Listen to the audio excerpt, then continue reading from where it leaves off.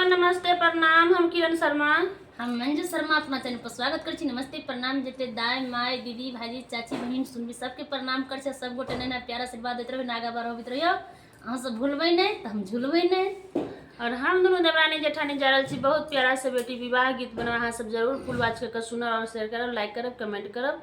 बहुत प्यारा से गीत है और लास्ट तक अहाँ सब गीत के सुनबे तभी गीत के समझ पेबे। ते केलक अहाँ सब पूरा गीत फुल वाच करके सुनबे त करब और कमेंट करके बहुत बताएब। पुराना गीत छी, हमरा सबके दाई माय गबै छलखिन। ई गीत बहुत पुराना गीत से अहाँ सब जरूर सुनबे। जरूर अगर नीक लागत तो अहाँ सब कमेंट बॉक्स में जरूर लिखब, हम फिर से गाबे के कोशिश करब। बाय।